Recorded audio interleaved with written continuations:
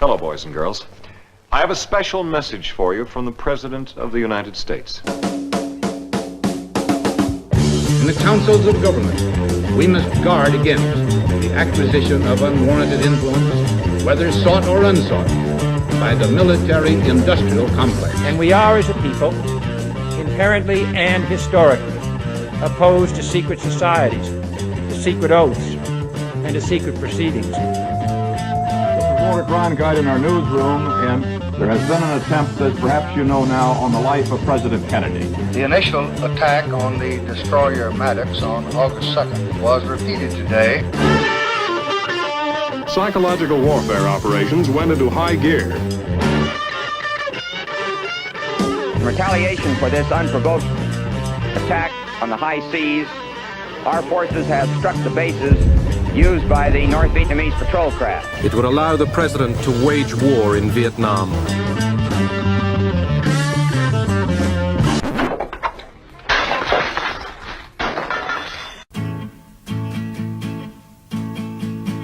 Just running scared.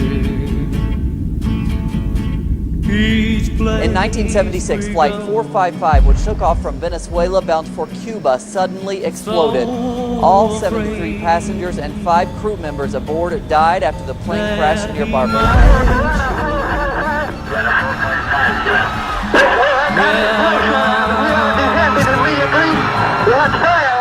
William Colby has been missing since April 27th. His canoe was found washed up on the banks of the Wicomico River April 28th. He's missing and presumed drowned after an apparent boat. I don't have to tell you things are bad. Everybody knows things are bad. I've always felt the 9 most terrifying words in the English language are, I'm from the government and I'm here to help. All right, what is the Trilateral Commission? It's an organization founded in 1973 by David Rockefeller. They're really up to is a scheme to plant their own loyal members in positions of power in this country, to work to erase national boundaries and create an international community, and in time bring about a one world government with David Rockefeller calling the shots. I understand he was tapped for Skull and Bones. Tapped for it? Sir, he founded Skull and Bones. It's like everything everywhere is going crazy, so we don't go out anymore. We sit in the house, and slowly the world we're living in is getting smaller, and all we say is, please, at least leave us alone in our living rooms. Let me have my toaster and my TV and my steel-belted radios, and I won't say anything. Just leave us alone. Well, I'm not going to leave you alone. I want you to get mad. We have got to fight and stand up. It's not going to be easy, but I'll assure you this. We can, and we will, and we must prevail. From the front lines of the information war, it's Alex Jones.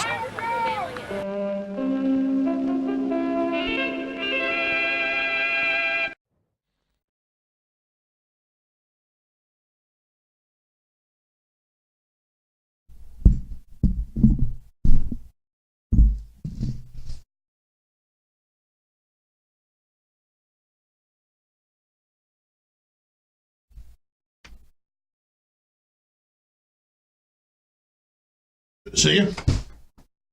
We've only got about 25, 30 minutes with you until you got to go catch your plane. Right. We appreciate you coming into Infowars. Michael Rotondo, also known as the Man of the Week. Player of the Week. They are what's saying the 30-year-old perp man that was just evicted by his parents in New York. Mm-hmm. You know, I appreciate your courage coming down here to Texas. Sure thing.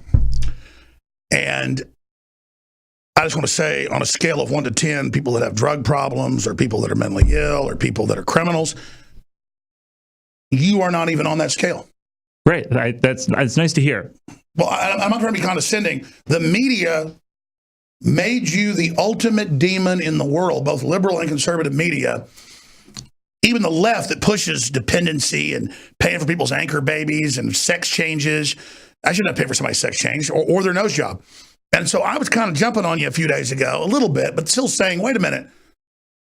But he's not 1/10 as bad as all these other people. I'm not saying I disagree with your parents wanting you out of the house at 30. What I am saying is that this whole millennial thing we see of people being obsessed with their phones, being obsessed with television, not going out, not getting jobs, being afraid of change, I think you are indicative of that and actually very, very common. And I don't mean that in a mean way. Okay. What is your world perspective on that? Well, I think that I've just been doing the best I can, and I've been setting forth a reasonable effort, and I don't think there's really anything wrong with the things that I've done, or I stand behind the things that I've done thus far. So that's it. What do you think, because Drew asked this question earlier, what do you think your biggest accomplishment in life has been? Well, Drew asked, and I said it was the belief that I'd raised a child who I thought was smarter than myself, and he said, you're not speaking with regard to my son. I would say that it would be my use with computers that I've managed, the skill that I've managed to acquire from that, from pursuing that, I think is a pretty significant. When I talk about my accomplishments, I don't do it to talk about how I'm big or how I'm great. I don't go to red carpet events. I don't try to be in movies, even though I could be. I don't try to do that regular hierarchical stuff. But I should talk about my accomplishments sometimes, because then it gives other people confidence. What would you say your biggest accomplishment is? Well, you had asked me your that whole life. You had asked me that off air earlier, and I actually know why you got taken back by Drew's. It's a big question, and I don't really think I can answer that honestly. I think I was just about to try to say it's not an easy question. I've done some big things politically, changing things in the world, but I think the most important thing in my life was studying history early on and not buying into the false paradigms, and then helping launch really a large vein of the global awakening we're seeing right now, and rebooting 1776 worldwide, Americana, the Renaissance. I want to talk to you, but Nigel Farage, the founder of UKIP, that had the whole Brexit, that's now spreading all over the world as people pull out of globalism. You probably heard of Brexit, right? I have. He's credited on the air that UKIP was around for about 15 years before I ever had him on. But he said as soon as he came on Infowars, there was no media would have him on in the UK, that about half the constituents he would go knock on the door spreading the UK Independence Party were listeners of ours, and that was the ignited, awakened group that then triggered into that. So you said you set forth some significant change in your... Well, according to him, yeah. But you never know. Even when I was on Access TV, I got to be friends with Mike Judge, and he even showed me some of the notes. He couldn't find the VHS tape. I had no idea that King of the Hill the idea came from my show. And I'm not bragging, but there I was on Access TV in 1995, 96. Mm-hmm. And the weirdness, one of the top TV shows ever, you later become friends with Mike Judge. He's like, no, actually, here's the notes. The three Dales. And look, Alex Jones. And then the idea of he kind of split the character of Hank Hill and of the other guy that's a conspiracy theorist with me. But the point is, you never know how you're affecting the universe, is what I'm saying. I can appreciate that. That's why I always just try to do what I think is best. But I wasn't trying to brag about some of my accomplishments to you so that you would feel small and I would feel big. I'm trying to explain to you that when I was on Access TV, a lot of times running it by myself, right, in a little control room in East Austin, driving by people that were shot and killed routinely. I mean, literally, I drive over there at night to get on air. So that's when you could get time. And there'd be people on 11th and Chicon dead. I had people try to carjack me. And so I wasn't I don't really like this. This is dangerous. Or, I'm not going to be successful. I was over there. I edited my first film on three-quarter inch tape. These were 1980s cameras, this big. No one wanted them. And they said, nobody's even using that. And I said, well, I want to edit a film. I don't have money for a camera. I don't have money for any of it. So I got a regular camera, VHS, dumped it down to 3/4 inch so I could hand edit it. Some of the camera? Some of the soundtrack I cut on reels, and I spliced it, and then I put the film out in 97, and I made $500,000. That sounds like a good one. A good just life coaching here with you is, because we already did hours on air and you did a lot of talking, jump in if you want, is that I was in an old car that was breaking down all the time because I didn't want my dad and mom's money. They weren't rich, but they'd help me move out, but that was it. Right. I had a full-time job. So I would go there at night because the editing bays, you could only use the editing bays. Everybody else had time as producers there. When I was first there, I had no seniority. So I'd have to go on average at 2 a.m. And then I'd still have to get up, you know, you had to go work at 8 at like 7. So I go sleep for 2 hours. It's like my dad did when he was going to medical school. He worked for the railroad. And for years, he only got 2 or 3 hours sleep a night. He aged probably 10 years in those 3 or 4 years of medical school. But he did 4 years of medical school in like 3. But that's what I'm saying is he busted his ass. Just the way I went and did all that, made a film, was on only like 15 radio stations, but said, buy my VHS film, America Destroyed by Design. And that $500,000, I didn't go get a house. I didn't go get a new car. I put it all back into computers and equipment and employees. And I hired 4 or 5 people and spent all that money that year and paid my taxes. And the next year, I brought in $2 million. Until I brought in like, $40 million. But again, you sell product for 50% off, you bring in $20 million and you pay everybody and all of then I spend most of the money. But see, that's just like Amazon, that's an evil company, almost never takes profit. All they do is dump it back in to be dominant. And now that they're going profitable, they're going to be the most profitable company in the world. Does that make sense? It does. Don't they pay dividends? Doesn't their stock pay dividends though? Yes. And the way they manipulate it, they don't want to pay taxes, so they say there's no profit. Right. When did you get a good accountant? You what? When did you get a professional accountant? I'm not, my goal, you have to get to the globalist level where you don't have to pay taxes.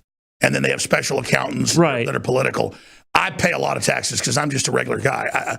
When I use those numbers like $20 million, that's to run this. Yeah. I'm not doing this to make money. Okay. You understand? If I was doing it to make money, this is ideological. It'd be set up different is what you're saying. Well, yeah. Okay. See, I took the money from being a big syndicated radio show where there's normally a web guy that posts a few stories, and it's a model where you just say, look at this photo on my website, look at this one article. Everybody goes to that, you hype that, you have advertising, and then you keep 95% of the money, and then you pay a guy to screen calls and somebody to answer the phone and somebody to run the board. So you got 4 or 5 employees, and they're all paid $50,000 a year, and then you're paid $10 million a year, and then that's it. But I took that, what Rush Limbaugh does, and I took the money, because we bring in more than Rush Limbaugh does every year, but we don't keep it. You put it back. And it wouldn't be bad if we kept it. Exactly. To drive something. Absolutely. Yeah. Absolutely. So that's what happened recently is I thought I'll go ahead and just do, I'm not going to say the case, I'll go ahead and do this mediation with folks because they're going to sue me for something. And I did the mediation. They said, well, let's see your bank records. They thought I was making myself like $20 million a year. When they saw the records of my tax returns, they said, okay, we're done. Bye-bye. It was over. And it's not that it's bad to make money if you like invent a better widget or you're a football player. Right. With me, I'm throwing everything I've got at the enemy. You understand that? Right. So for me, it's a hierarchy of needs. I'm not wanting a private jet. I have guests that come on the show that are smaller talk shows hosts than me. But because it's just them and their advertisers, they have a big audience. If you got an audience of 2 million people a day, they got an audience like 5-6 million, you can make $6-7 million a year if you do that model. But see, I do the model where I don't get that much money, but I change the world. So see, there's values there. There's what you're looking for. Does that make sense? It does. I love what I'm hearing from you. I don't hear things like that often. I'm not looking at my watch because I don't want to talk to you. I wish I wouldn't have gotten here late because we only got 25 minutes left. And I didn't mean to get in here and start going off on a jag talking about myself. I just wanted you to know that it's easy to call you a bomb like the media's called you. But they're the ones promoting that I pay for people to have their genitals cut off. You know, there have been millions of sex changes in this country that taxpayers paid for. Now, I don't have to pay for you getting a nose job, do I? I don't think so. Should I? No, I like my nose the way it is. No, but I'm saying you have a nice nose. Thanks. You have a noble nose. People look at my wife and she's got a big nose and they go, oh, look, she's Jewish, all these damn racists. And I go, well, she's not Jewish. She's actually German. But I like my wife's noble nose. I like it. I don't want a little Barbie nose. So that's how that works. But anyways, that's a side issue. Beauty is in the eye of the beholder. In fact, my wife's little sweetheart, she's like, should I get a nose job? When she read these comments, and I said, no, baby, we're getting a divorce, you get a nose job. I like her nose. And see, she's gonna. Everything is. Some people want the helicopter, they want the jet, they want the biggest mansion. What do I want? You want to spread what you want to make some change. You want to, shake up some things. You want to, which is human empowerment. Mm-hmm. And so, what is human empowerment? I would say encouragement. That's a big part of it. Mm-hmm. But you also have to go through some pain to get that gain. Okay. I went and saw Deadpool, and Josh Brolin looks like he is, at 3% body fat. Mm-hmm. Now, you got to believe he probably went through some real pain to get that gain. Mm-hmm. My wife has a crush on Josh Brolin. Oh. Yeah. Anyways, side issue. I met Josh Brolin once, and what does he think of that? He didn't care. Anyways. Okay. No, he said, I don't know why I got off on that side issue. I'm not going to tell the story. All right. He was with Sean Penn and was acting like a complete cock. But anyways, my point is that we can all pretty much get something we want. We can't get everything we want. Okay. So what is it you want? Because you ain't going to be alive forever. That's true. You're now famous as the guy at 30 being evicted from his parents' house in court. I want to get out of my parents' house, which you made possible. So that $3,000 made that possible. Yeah. And it's gonna happen. I'll get my things out of there in the amount of time that I have, and it will allow me to continue to pursue the things that I need to pursue without significant interruption as a result of the mandatory relocation. And that means a lot to me. Well, that's good. I hope that I conveyed that to you properly when you gave me the check on your... No, I don't care. Yeah, the $3,000 is great. I did that to induce you to come here. Okay. But also to point out it's, a couple months rent at a decent apartment. Mm-hmm. I'm just simply saying there's the adventure of getting out of your parents' nest. Yep. So I was trying to tell you the story of me, when I first started making American Story by Design, I had a job at a golf course. Mm-hmm. And I had a job selling memberships at a gym. Uh-huh. And I was working both jobs about 20 hours a week. Because the golf course was part-time, so was the gym. None of them wanted to have you as a full-time employee. It was contractors, so you didn't get benefits. Right. It's fine. So I got up, like I said, at the golf course job at like 5 a.m. to go do that. So the times I was doing the golf course a few days a week, I couldn't stay up late doing video editing. Uh-huh. So it took me about a year to make the film. Yep. That's a long story. Anyways, I'm just telling you, it wasn't easy. Everything wasn't done the way I wanted it to be. Uh-huh. But when I finally did it, I had this radio show. I had the platform. I thought, why do talk show hosts just have a coffee mug and a newsletter? I'm going to make a film proving what I say about the UN taking over the national parks and education in America, and I'm going to show them the proof. And the listeners responded. Does that make sense? Yeah. It's because of what you were talking about before, about how you're not doing a production, you're doing an ideology. Exactly. But if you bring the ideology, then it will bring the financial independence. And money is great for money is great for independence in medicine and transportation. It's not our God. Right. It doesn't mean we don't like a nice car, nice dinner, but it's not like we're in it in a hierarchical way. Mm-hmm. But listen, Michael, here's the thing. Mm-hmm. You came off as autistic on television. Okay. And you were telling me that in court, when they took your son away from you, not for anything bad you did, they were saying that you were basically incompetent. That's how you described it before.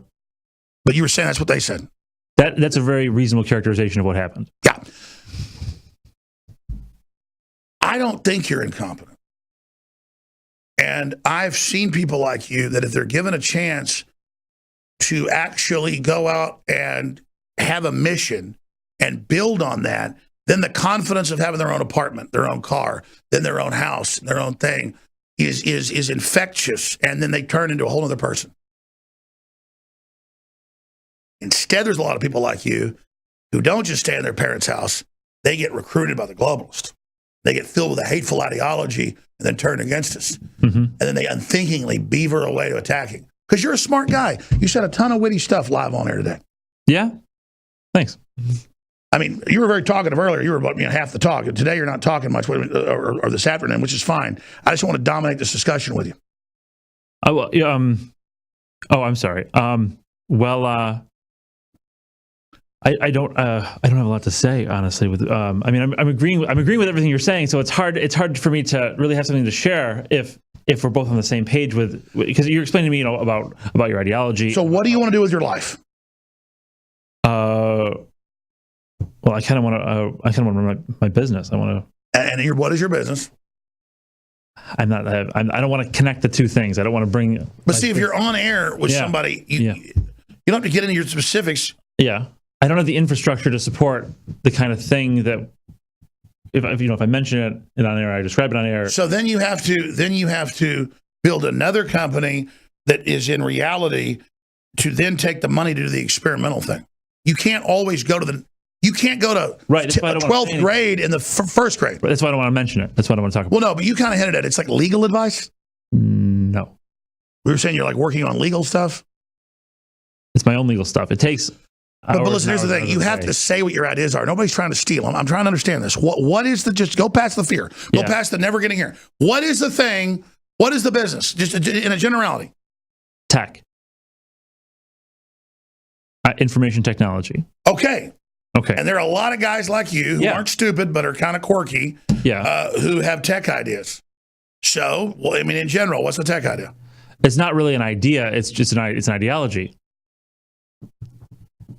And so, what is the ideology? That the stuff that you get from me works. Oh, really? Yep.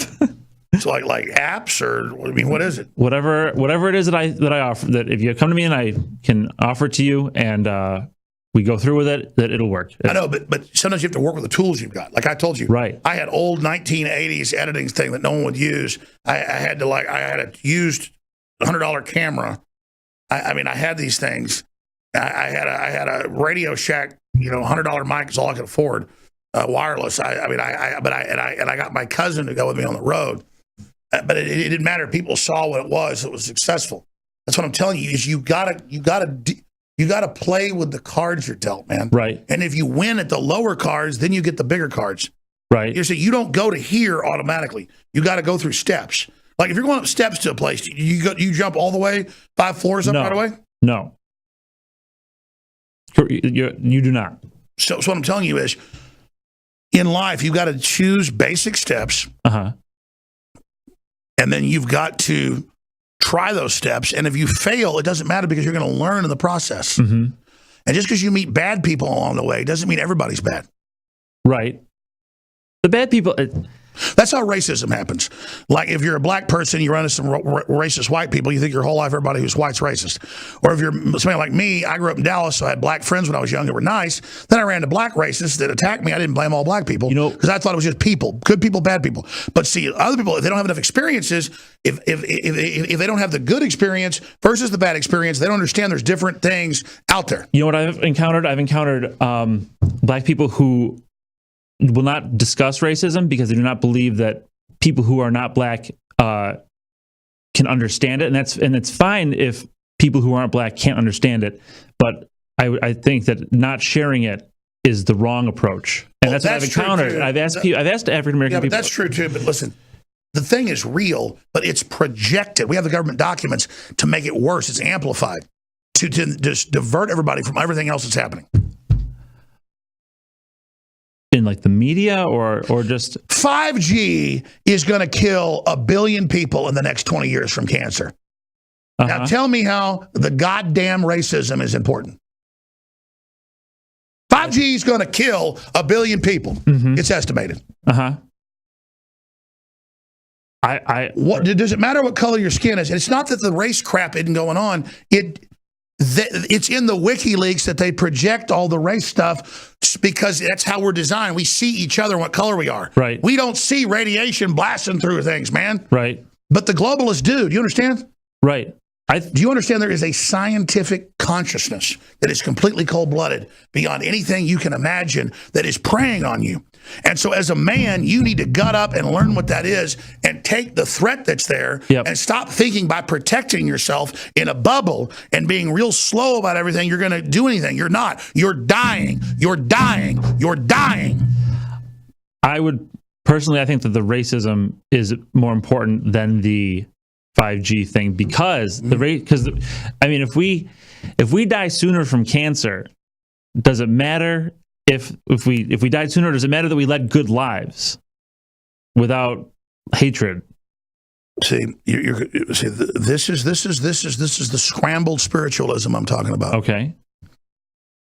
Do you understand that in China there are 100+ million people in forced labor camps right now?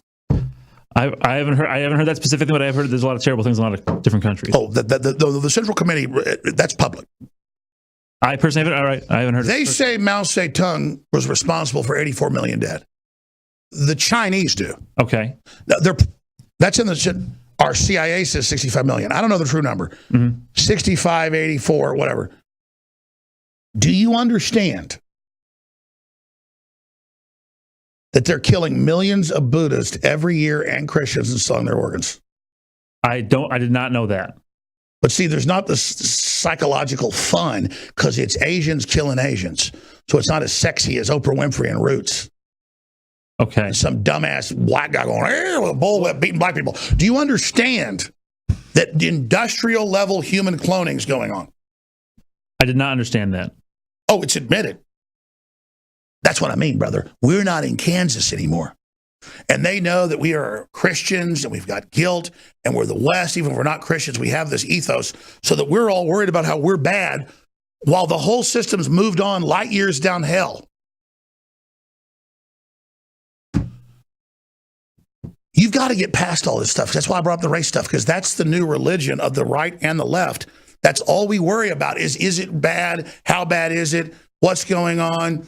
Blah, blah, blah. CNN's whitewash about thousands having their organs harvested. That's all BS. It's hundreds of thousands. I'm telling you, man, does anybody, it's not just America. The whole world isn't just stuff we had in our past. Mm-hmm. The Russian serfs were only freed like 130 years ago. Uh-huh. Could I have some more water? I'm running out. Yeah, we'll get you some water. We'll get you some water. Let's go to the shot over here. I'm not belittling. Let's go to the watch. Yeah, I'm not here, brother. I'm not belittling anybody's problems. Mm-hmm.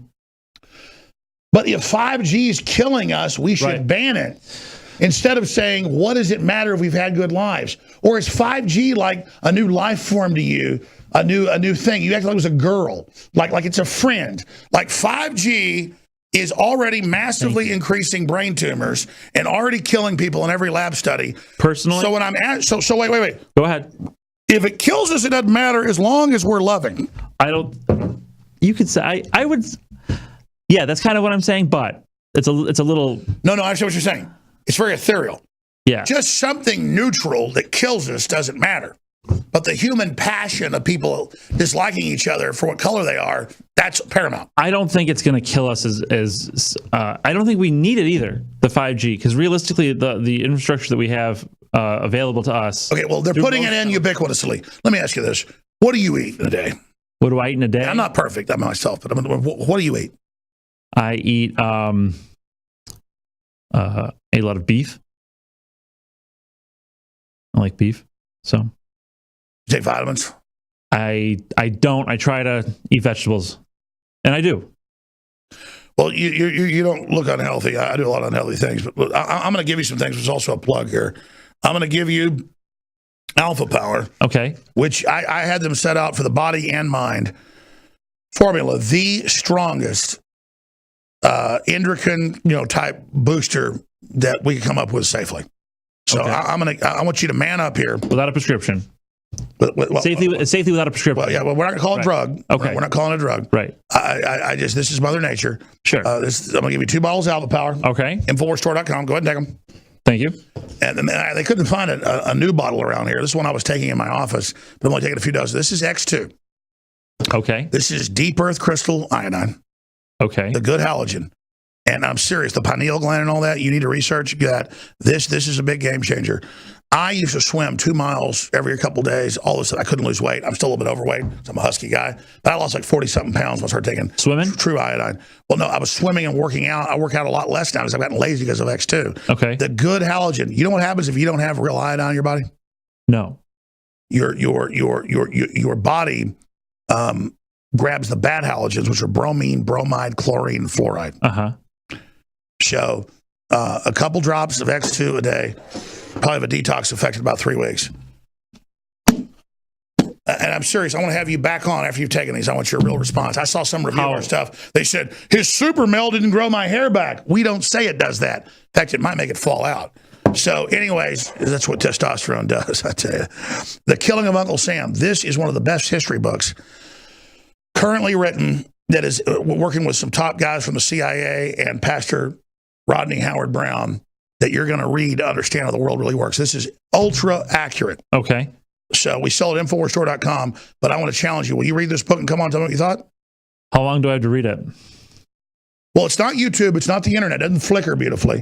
You got to actually turn the pages yourself. But if you do it by candlelight, yeah, it can have that effect. I'm asking you, will you read this book? I will read it if you give me enough time to read it. Well, how long does that take? How many pages is it?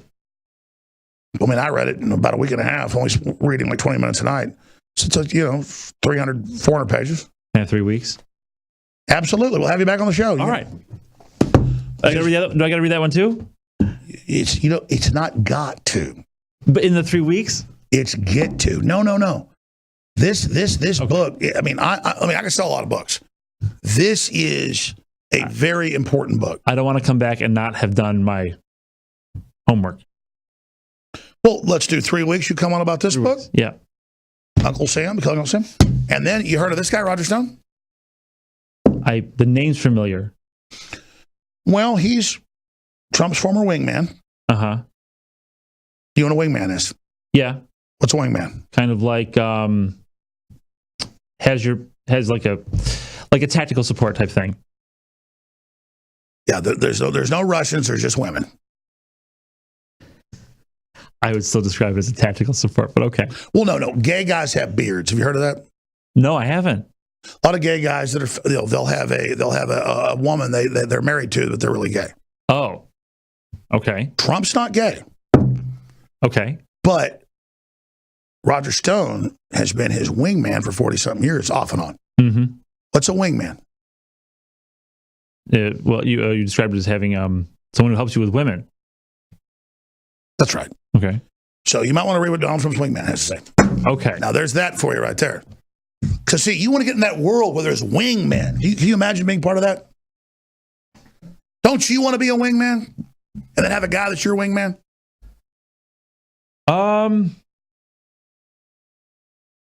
I would say that common interests can come and go as the concerns come and go. Mm-hmm. So, but I mean, that you can have long lasting support from people who have common interests in you. And Sure. I'm just frustrated that everybody thinks that Roger Stone knows stuff about Russians. There's nothing. Or that they're trying to indict him for financial stuff that's made up.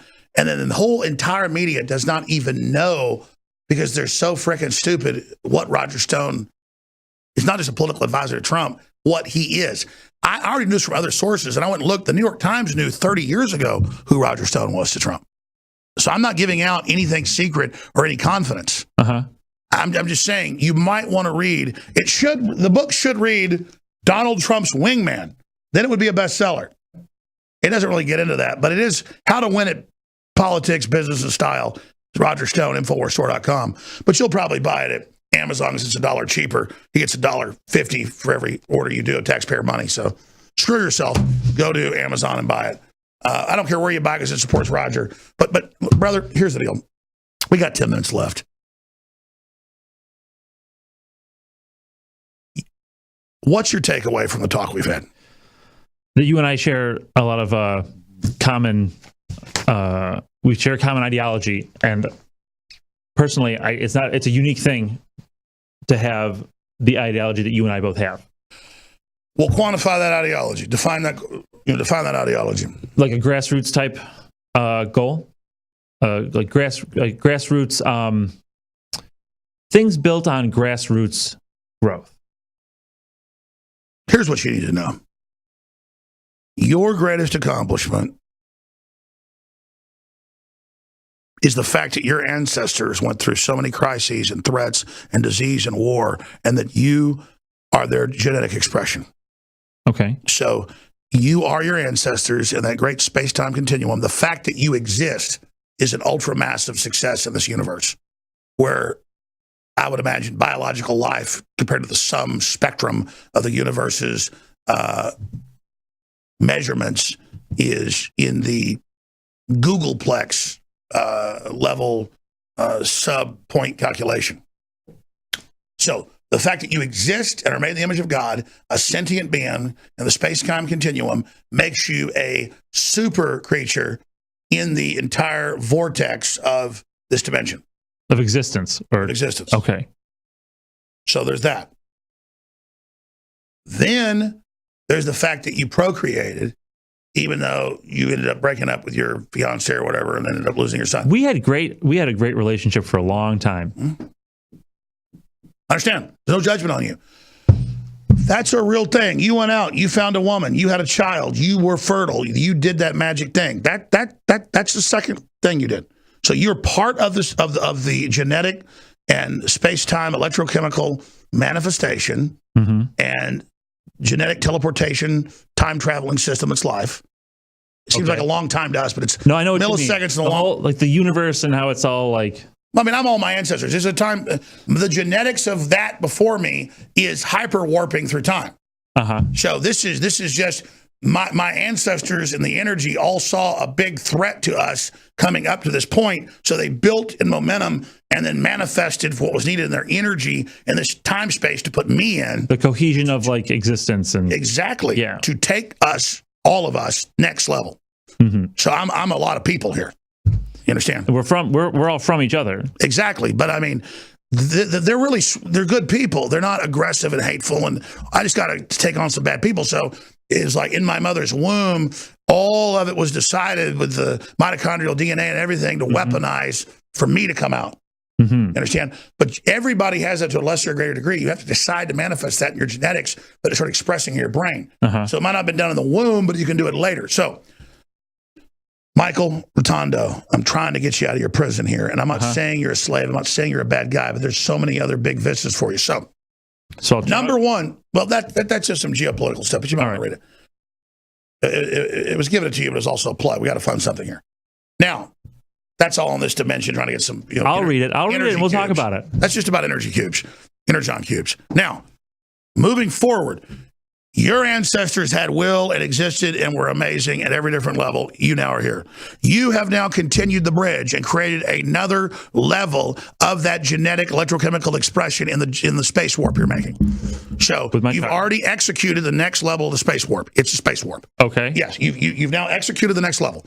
So like my son's a function of me is what you're saying, kind of. A function of all of that. Everybody is physically and electrochemically connected all the way back to wherever we came from. Right. It is like a power lines. It's history. It's power lines. Yep. It's power lines. You are back, whether it was billions of years, trillions of years, or 6,000 years, like misinterpretations of the Bible. You are a continual line of all those people.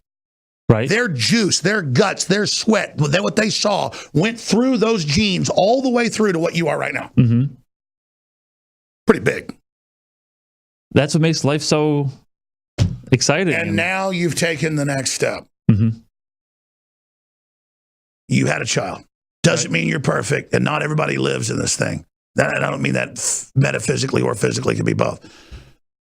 Now, the next thing is the world has decided to create a buffered nanny state so that more powerful individuals don't manifest towards the next jump, which is going to be even harder. And so there's a conflict going on to kill this experiment of consciousness before it goes to the next level, because it's a particularly powerful experiment in consciousness by the mastermind. Don't you believe that people inherently wish to pursue, higher levels of consciousness or their dreams or things like that? Do you think that's inherent to people, or do you think that's a function of their environment, more or less exclusively? It's totally inherent to people. Okay. And the entire VR world is about taking you into a false system of dreams so that you don't have the real dreams. And all the numbers show TV, internet, all this sequesters the dreams when it's standard programming. Right. So what I'm telling you is you already have the dream. You're in the dream. So you just want to sit there at your house and you kind of feel like you haven't, you get caught in that. You have to build the stairway to the rocket by doing the petty things our ancestors did. Thousands of years ago, they dreamed of gods and wars and all these sophisticated things and world governments and Mark of the Beast thousands of years ago and pillars of fire. They could already see the future, but they had to have sailing ships and mathematics and teach people and slowly build the steps. And now we're at the door into the next level. But people that already got to the door looked back and decided, if all of them go through the door, they're going to challenge us on the other side. We need to cut them off so they don't go through the door. They don't know that that's the secret. You cut people off from the door, you don't actually go through the door. There's a trap door if you keep them from going through the door where they drop you. Now, you understand that? Yeah, I do. Where do you think that comes from? All that the tricks and the why because I asked you, you said, do you believe it's inherent that people pursue their dreams? What is it that is or is not inherent about the origin of these other things that are? Well, there's the knowledge of good. If you believe the allegory of Adam, where does the bad stuff come from? Is what I'm asking you. Well, if you're perfect and you understand how the universe works, and you've got an unlimited energy supply, you don't need to engage in manipulative systems. But in the knowledge of evil is knowledge of distortion and knowledge of manipulation. Okay. And so we have the knowledge of good and evil. And the modern church teaches us, don't have the knowledge of evil, be a sheep. That's another distortion. No, the knowledge of evil, now that we're in this paradigm, is good because we have the knowledge of how the enemy's operating with the knowledge of evil. The mainline Christian argument is you don't want to engage in the knowledge of evil because it's so seductive that if you knew that, you could get ahead with that knowledge of evil. What if you just chose not to be evil? But then the definition is broad. You shouldn't try, we're going to end this in a minute, to make your parents, because you have a vision and you want it to work the way you want. The essence of evil is selfishness. And so you're forcing them that gave you life to live under your paradigm on your timetable when you have to respect them as your progenitors. By doing that, you cut yourself off from the entire birthright. And it doesn't matter whether they're good or perfect or bad. You don't respect your parents. You don't then basically take on the future. I think you should go back, no matter what your parents have done to you, and say, thank you for life. And I appreciate you, and I'm going to try to figure out ways to make money and to be a good part of the society. I'm going to figure out how ways just to build my own house, my own life. And from that, then, if you can do those basics, then the big ideas you have will come. Because everyone has those big dreams. They have those big destinies because you are big. Humanity's potential, like a seed, is great. But some seed falls in the rough gravel and sprouts a little bit, then the sun comes and burns it. And some seeds even fall in the fertile ground, but birds come and eat it. And some seeds, they get blown around by the wind, and a bunch of them die, but one of them kind of goes down in a little crevice in the ground, and it sprouts up into a big tree that creates a whole new world. And so you have to understand that just the simple things and just the little things create the larger universe around us. And so because you have big visions in your mind, you shouldn't have to expect that they've got to be manifested right now. What will manifest those things is you improving your personal self and learning to operate in the world and learning that you can't have the perfection you want until you have begun to build the system so that you can help other people and do things on a larger scale. And then you'll find the problems only increase and become more sophisticated. The enemies become more sophisticated as you go into that, but it's only more empowering. And for every level that gets ratcheted up against you, you'll find that then the energy on the other side comes up to meet it. So you get into the whole metaphysical situation, Michael Rotondo. But in closing, I just want to say that I don't think you're a loser. Thank you. And I think on the spectrum of things, turning you into a laughing stock only shields the fact that the people running the system are artificially trying to create the very thing that you're part of. And Hillary says she hates people like you because on average they're her supporters because they want something free. You're outside that. I get that. And then Trump is trying to build a system that kicks you out of the nest so that you can experience that. And I think your greatest accomplishment after your ancestors existing, after you being born, after having a child, and after now struggling in the fight to stay in the nest as if that's your island, your world, is that now your parents kicking you out and your fight finally, as if gravity was brought into the world, against your parents to stay where you thought and defend your world is forcing you to realize there's a larger world out there and that now you're going to enter that world and begin to realize how that hierarchy works and understand there's not a perfect way to do this because it's all a continuum. Do you remember when Donald Trump, how much time do we have left? About 5 minutes, go ahead. Do you remember when Donald Trump tried to make his personal doctor in charge of the VA? Yes. You remember when that got turned down because he didn't have the experience running the VA? But he did have the experience. But that's how they defined it. Right. So you don't support that? You think that that because he chose that person to do that based on that person? No, he's the president. I elected him. Right. The guy's a doctor. We need a doctor running it instead of bureaucrats. The president, his doctor, who the president chose to run the VA, that didn't happen, right? No. Why do you think that is? Because they wanted to keep the corporate elites in charge and don't want they're blocking the president at every level. I think so too. I think he should, the president's doctor should be in charge of the VA. I think it would be better for the healthcare of the veterans. And I think that veteran healthcare is really expensive. Well, if he doesn't do a good job in 6 months, he's fired. Trump knows you got to move people through and get the change. We don't even know. The point is Trump's trying to get success. You understand? It doesn't rise and fall on one thing. He's firing a lot of people. Why didn't he write an executive order just to make the... Did he have the power to do that? There's a congressional... It's a government department. Oh, really? So there's separation of powers.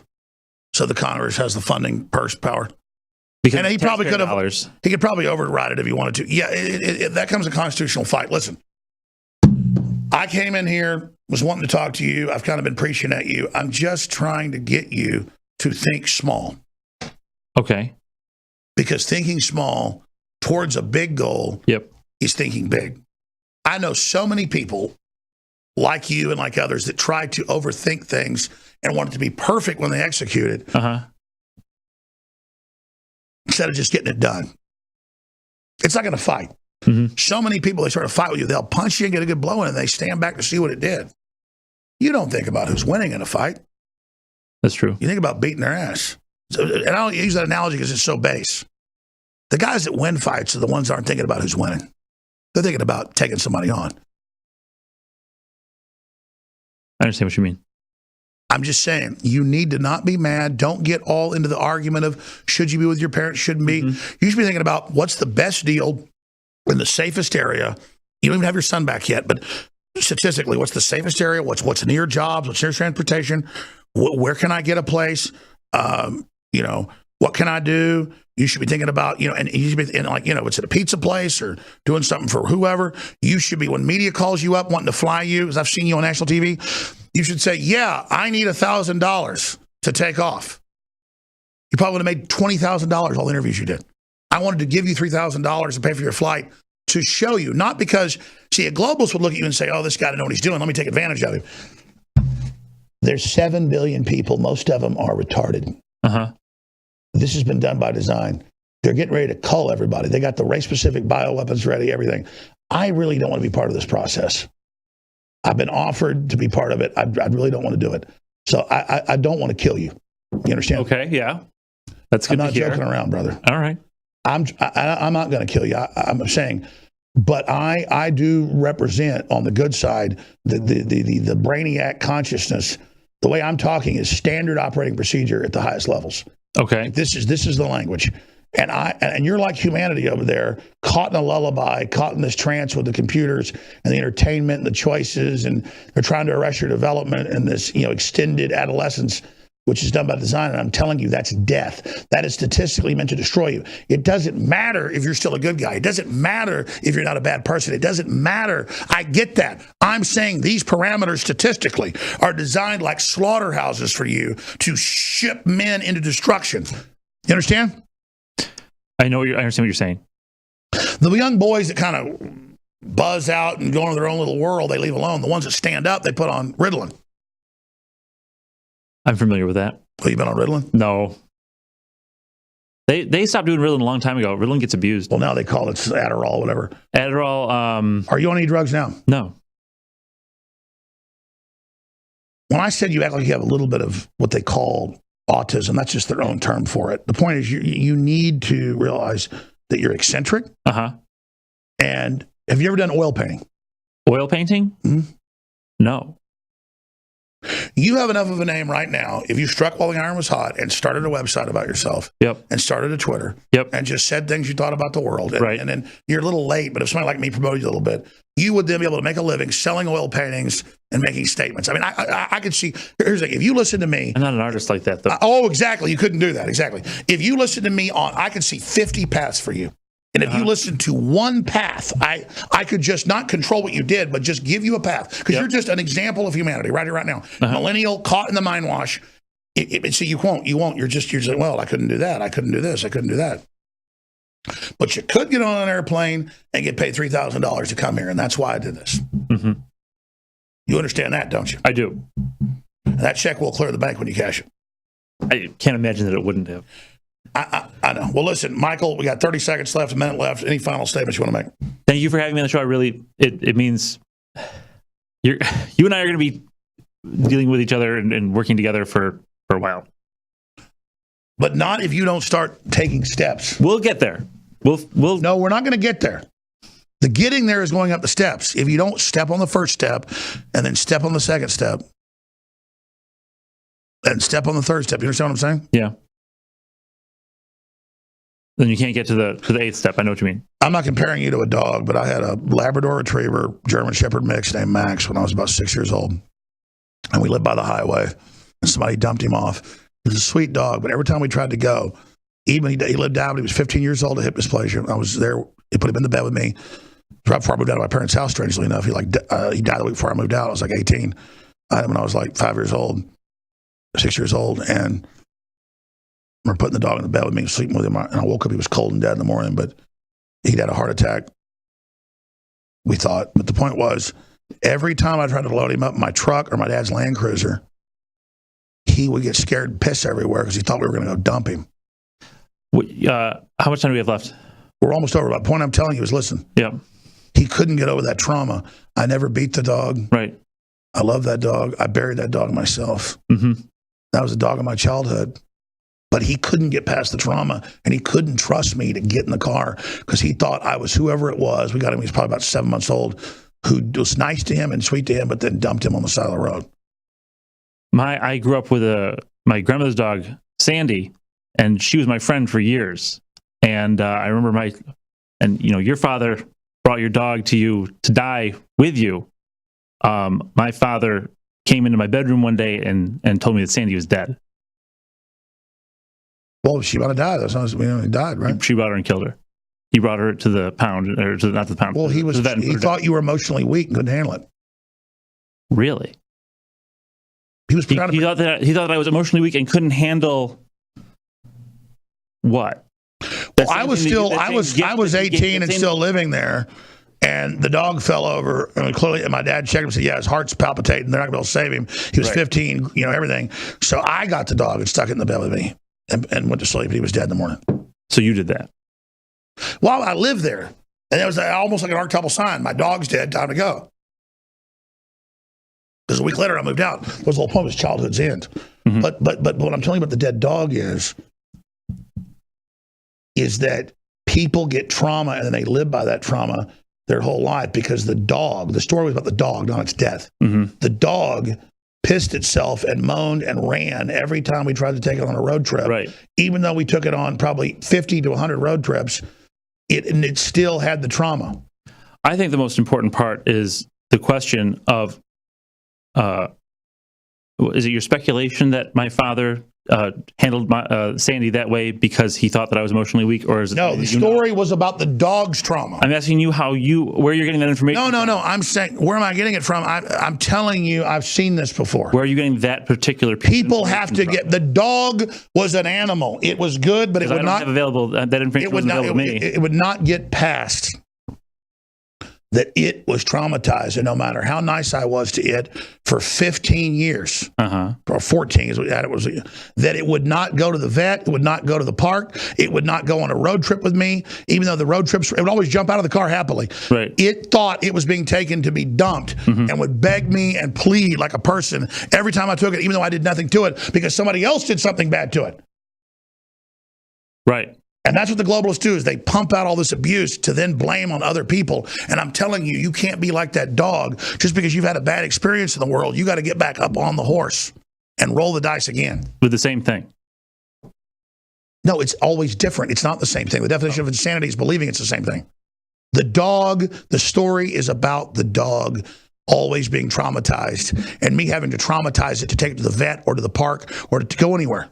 Having to pick it up while it pissed on me until the day it died, begging me not to take it away because of whoever it was taken away from.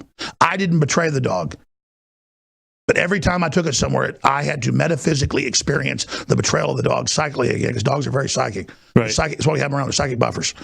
Look, I'm going to leave you alone about these issues. The point, we'll talk, so we can talk. The point is, I can't talk to you unless you start taking steps.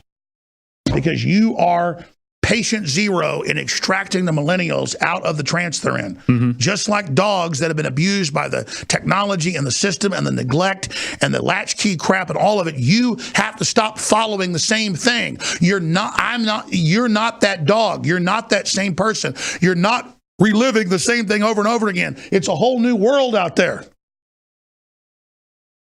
You got to go. Your plane's in like an hour. Oh, geez. We're right, an hour and 20 minutes, but you're right down the road. All right. Hey, we'll talk to you soon. Yeah, I can come on. I don't have to come down here. I mean, if we can do something quick over the phone, we can do that too. All right, you'll come on. Michael, Rotondo, take your stuff with you. God bless you. That's it for the live transmission.